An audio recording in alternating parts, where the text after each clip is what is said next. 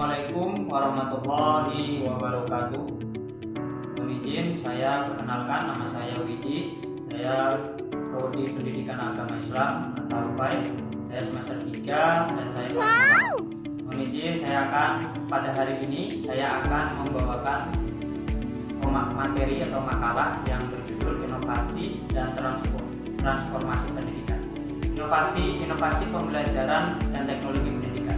Inovasi pembelajaran adalah merupakan proses pengembangan dan penerapan pendekatan baru dalam kegiatan pembelajaran yang bertujuan meningkatkan kualitas proses dan hasil belajar. Inovasi dapat dibagi beberapa kelompok atau pembagian. Yang pertama adalah inovasi model, yang kedua metode, yang ketiga strategi, dan yang keempat adalah interaktif. Inovasi, beberapa definisi pembelajaran menurut para ahli. Salah satunya yaitu menurut Khalid. Inovasi adalah pembelajaran segala upaya merancang, menciptakan serta memanfaatkan berbagai strategi, media dan teknologi baru. Pendidikan di era revolusi industri. Revolusi industri ditandai dengan integratif teknologi digital, fisik dan biologis. Dalam konteks pendidikan di era ini memiliki beberapa ciri, memiliki 4 ciri. Yang pertama adalah integratif teknologi digital, yang kedua adalah pembelajaran berbasis digital, yang ketiga adalah pengembangan keterampilan di abad 21, dan yang keempat adalah teknologi menjadi alat untuk mendukung kualitas hidup. Bismillahirrahmanirrahim. Assalamualaikum warahmatullahi wabarakatuh.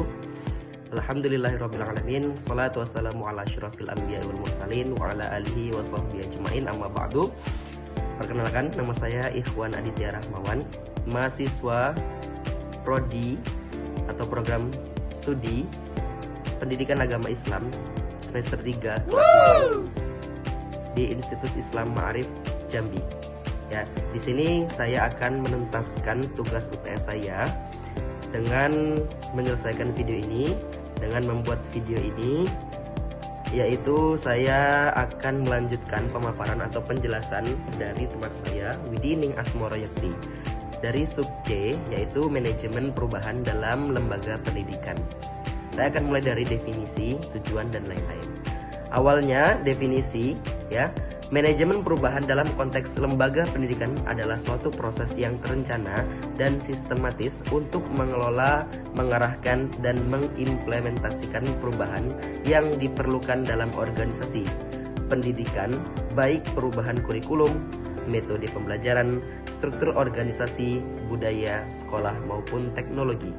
Kenapa? Agar lembaga tetap relevan, efektif, dan mampu memenuhi tuntutan perkembangan zaman. Adapun tujuannya yaitu memastikan bahwa setiap perubahan dapat diterima, dipahami, dan dijalankan oleh semua pihak.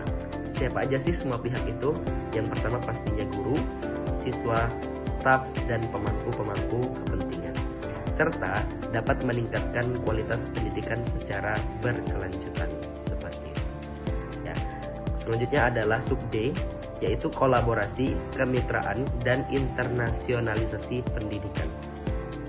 Kita akan bedah satu-satu. Yang pertama, kolaborasi dalam pendidikan.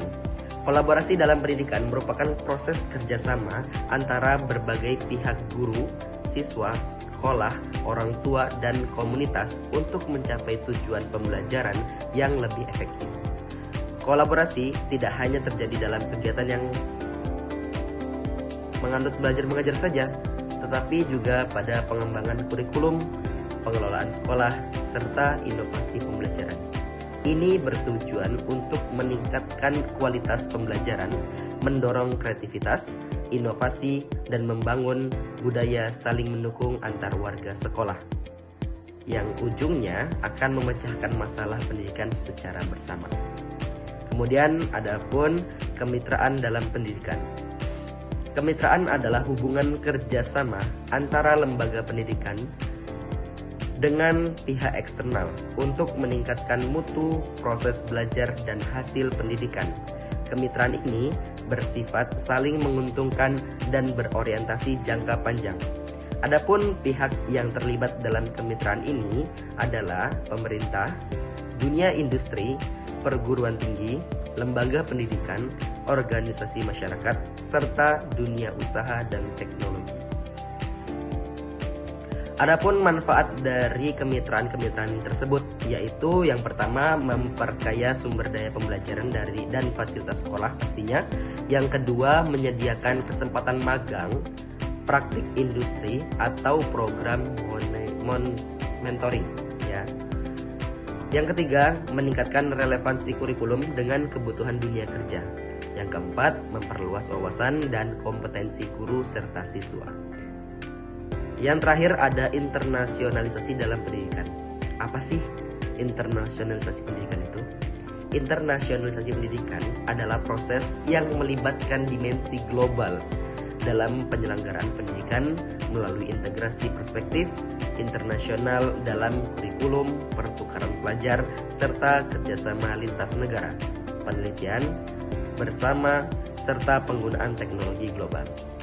Adapun beberapa bentuk dari internasionalisasi dalam pendidikan yaitu sebagai berikut.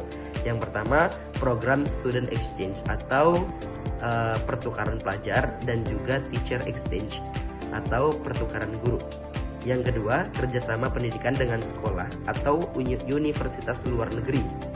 Yang ketiga, kurikulum berbasis global seperti Cambridge atau standar internasional lain. Yang keempat, publikasi dan riset kolaboratif internasional.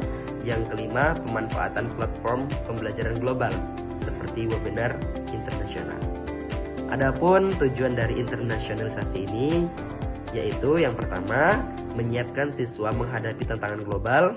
Yang kedua, mengembangkan kompetensi multikultural dan komunikasi internasional. Yang ketiga, meningkatkan kualitas riset, inovasi dan reputasi lembaga pendidikan dan membangun jejaring global pendidikan. Ya.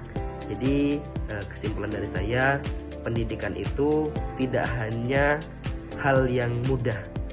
Pendidikan itu tidak berarti kita semata-mata masuk ke kelas kemudian sudah, tidak seperti itu. Pendidikan itu harus berkelanjutan. Pendidikan itu harus berasar atau pendidikan itu harus berdampak, entah itu positif ataupun negatif. Tapi harapannya pasti positif. Mungkin hanya itu yang bisa saya sampaikan. Wassalamualaikum warahmatullahi wabarakatuh.